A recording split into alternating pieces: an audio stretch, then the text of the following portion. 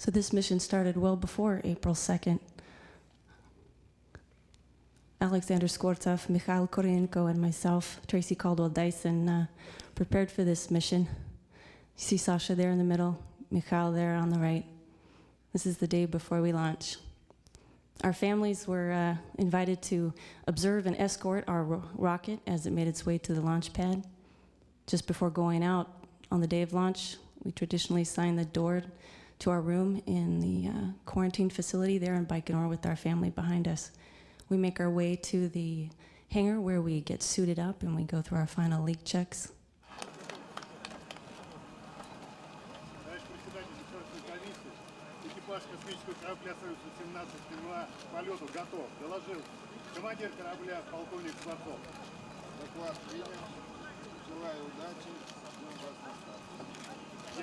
Just prior to launch, we are presented in front of the heads of the Russian Space Agency for the final time to salute and say we're ready.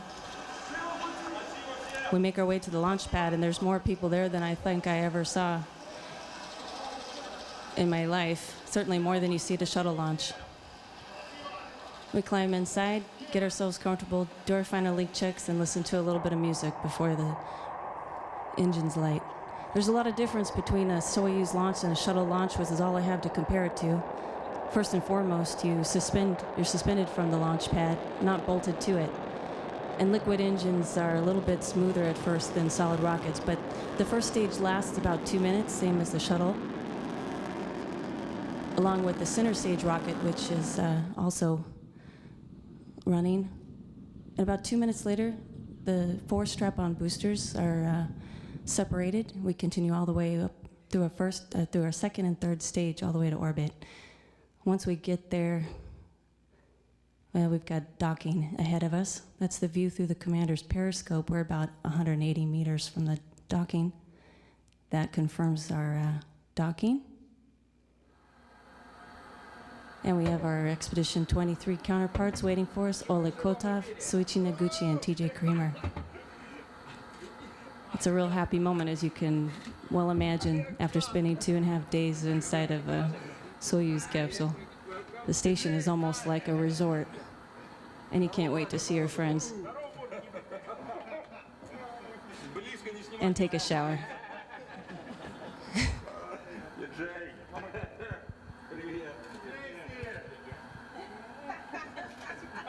It really is quite a moment.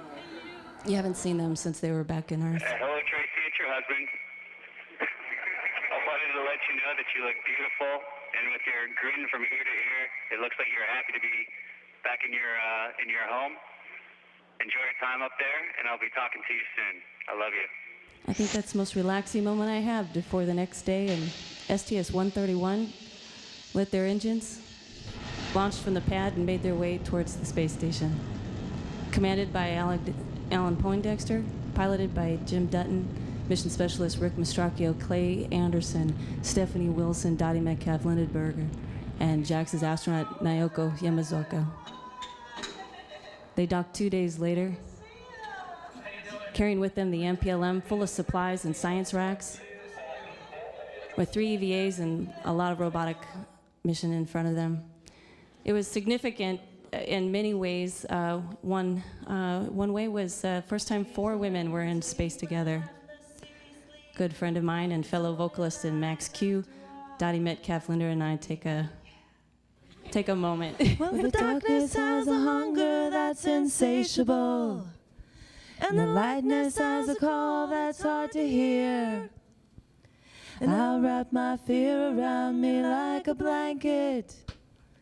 I sailed my ship to safety till I sank it. I'm crawling on your shores. And then we get started with some EVAs.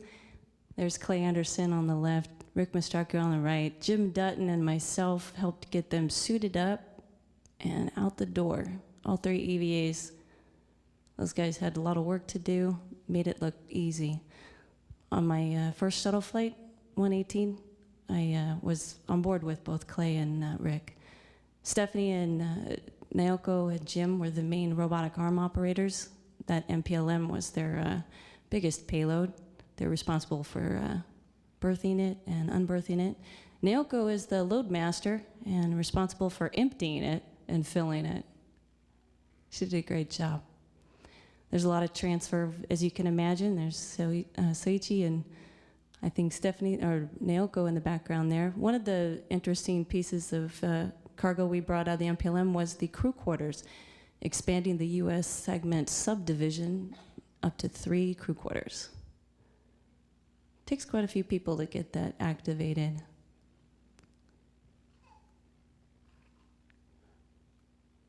Of course, no shuttle dock mission would be complete without group dinner there in the Node 1 Bar and Grill.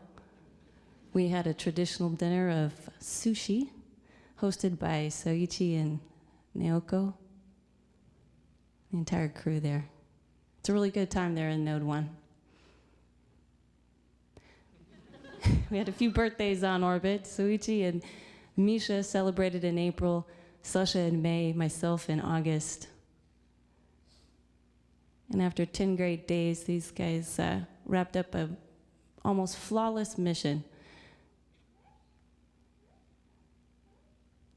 It's hard to say goodbye to your friends. It's also kind of strange. The last time I remember seeing Rick and Clay, I was on the shuttle saying goodbye to Clay. This time Clay was the one going home and I was the one staying.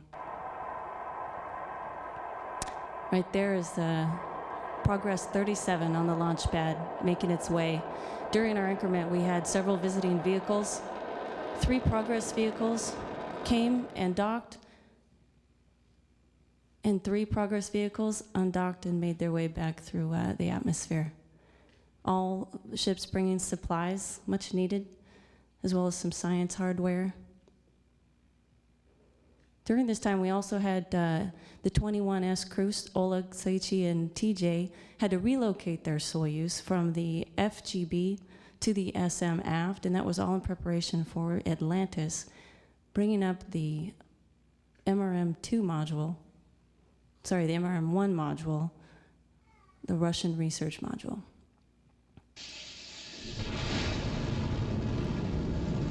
And there they are, the Atlantis crew, STS-132 ULF-4, commanded by Ken Ham, pilot Tony Antonelli, mission specialist Pierce Sellers, Garrett Reisman, Steve Bowen, and Mike Good. 6-person crew with a heavy, heavy timeline, 3 EVAs, and all the robotics. I was assisting Pierce during all of those operations. There's Ken and a penguin reunion right there.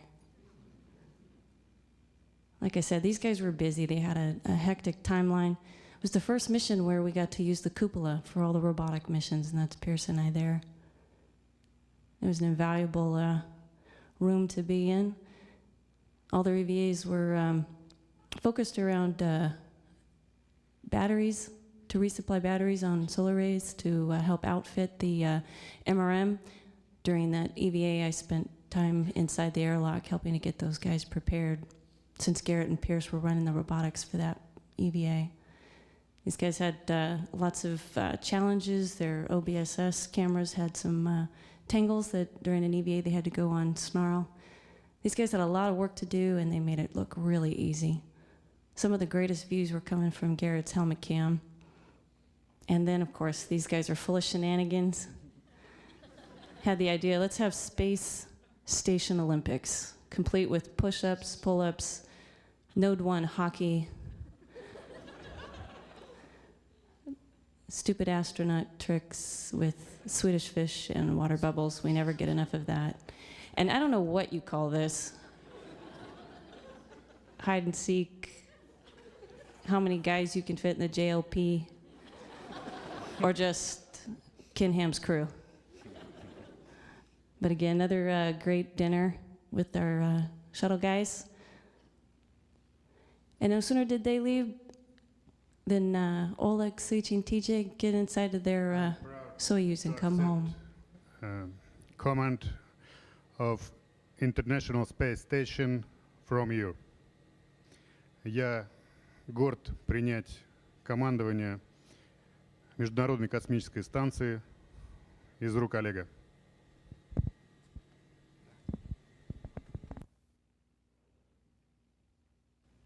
Like I said, they get dressed in their Soyuz, hop in their vehicle, undock, and make their way back to Earth. With half our crew gone, there's a lot more room in the cupola now. There's Straits of Gibraltar.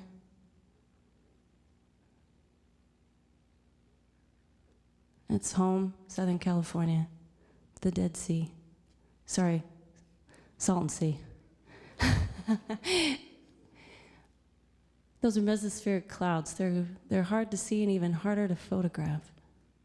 I saw quite a few of those during the period of time we were there, just the three of us, and it was pretty cool one night. I realized there's only 3 people in space, and I'm one of them. Pretty powerful images you see out that cupola. Unfortunately, devastating Gulf oil spills are one of them.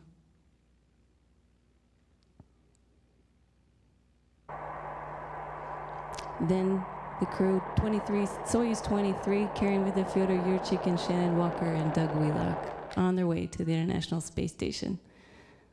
We're pretty excited by that point. Looking forward to the addition of our crew, making Expedition 24 a crew of 6. There they are.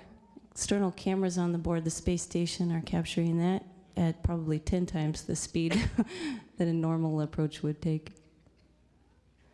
They docked at the aft end of the SM with a warm welcome. Shannon Walker in her first trip to space. Pretty excited. No sooner did they get there and unpack their bags, they had to get right back inside and relocate their Soyuz to now the MRM-1. First time ever for docking to the MRM-1. It all went pretty well inside the Soyuz. Those who were in mission control that night had a little bit of work to do as things on board the space station got a little sporty. After that, we got right down to business. There's Wheels and I putting back the carbon dioxide removal assembly. Hi, I'm Shannon Walker aboard the International Space Station with my crewmates, Tracy Caldwell-Dyson and Doug Wheelock. We'd like to wish the Houston Texans the best of luck this season. We'll be cheering you on from 220 miles above the Earth. You can start by beating the Colts. Go Texans! We were trying our hardest to make Shannon crack up and mess up. There's Shannon doing some science. Those are spheres, satellites that are driven by CO2 cartridges, and trying to understand technology and navigation systems. Inside the Destiny Laboratory, they're inside Columbus working with the microgravity science glove box, setting up for an experiment. There's Suichi from earlier, working in the Kibo that's in Columbus at the Biolab. I'm doing a neurological experiment called BISSY there inside of Destiny. And that's the capillary flow experiment. Has its applications in fuel tank design. I'm inside of Kibo, working with space drums. And Kids in Micro G, where kids compete across the country to develop experiments that get performed on board by astronauts using what we call everyday equipment that you find on board. That's the one criteria. Wheels here doing Kids in Micro G. Students wondering just how water will behave in microgravity, and hypothesis is that it would flow out similar to the way it does on Earth. So you can see it does a little bit different. Can't get it out of there too easily.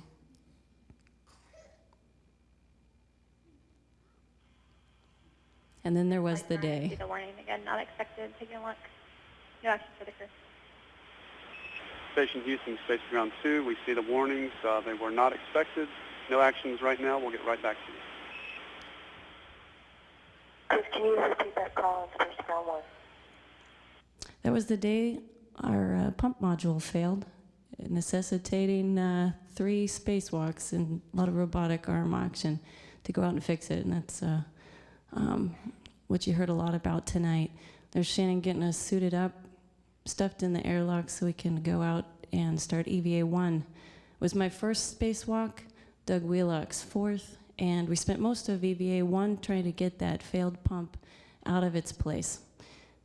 Some might recall in this room we had a little bit of trouble with a certain connector, M3, and we pulled out all the stops trying to get that stubborn thing out. Learned more about a QD that night than I had in all the training I'd ever had. We decided to leave that QD in place overnight. It was leaking quite a bit of ammonia. Lots of lessons learned from this night.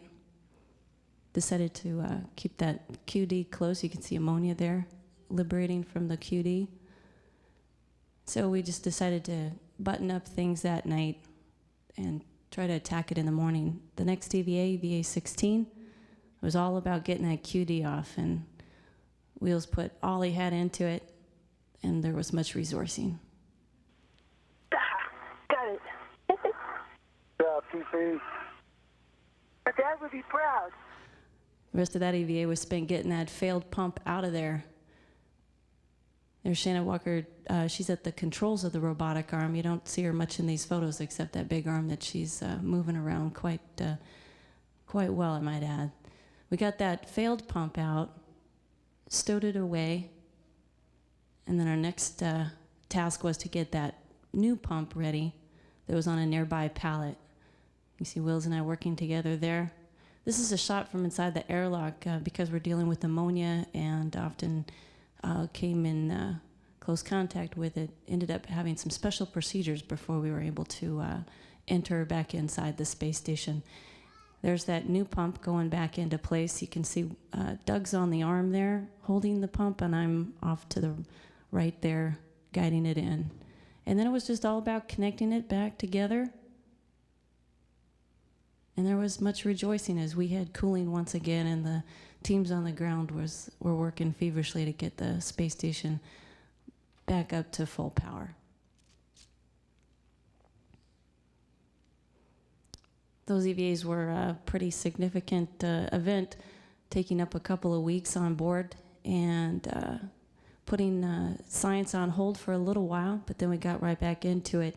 Earth ops, there was always something to look at. We had Hurricane Alley, it seemed. Something near and dear to my heart was bringing the space station and NASA closer to the home of those in the deaf community through sign language. Thought this was a good opportunity to take all of you through a little tour of the space station, one of our favorite modules, Node 3. Do a lot of exercise in there, as you'll see in a later shot.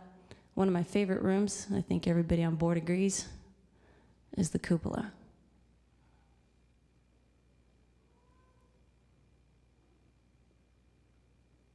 My crewmates were gracious enough to help me round off this ISS tour in sign language by learning a little sign language of their own. You'll just get a sample here where I'm thanking everybody for coming on board with us. Commander Alexander says, "I hope to see you on Earth." Everybody had a speaking role.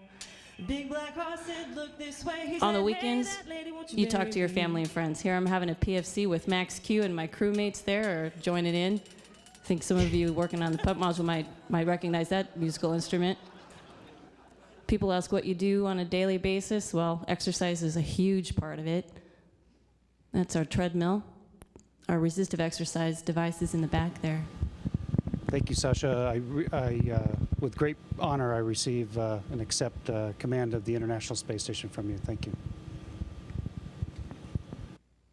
And with that, we gather our things, say our goodbyes. It's pretty emotional, especially when you spend 4 months with a group of folks living like you do in space. We got our hatch closed, and then look what happens. The station doesn't want to let go of us. And there's the culprit. I had a gear that wasn't cooperating.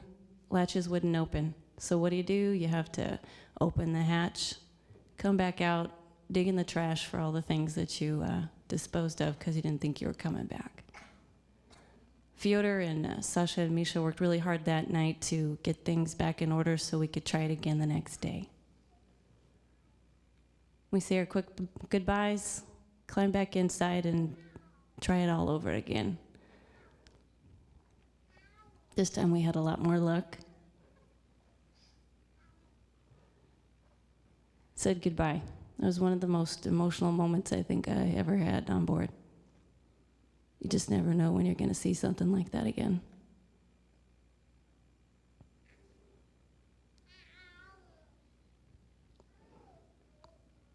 Once you're in your seat, it's about 3 more hours before you actually touch down, and this is a view after we separate and fall below the station. I believe those are external cameras on the space station. And this is once all the business is over and we're just gliding in on our parachutes. There we're about 150 meters from the surface of the Earth. In a moment here, you'll see the 4 soft landing jets fire, and that is about a meter before we touch down.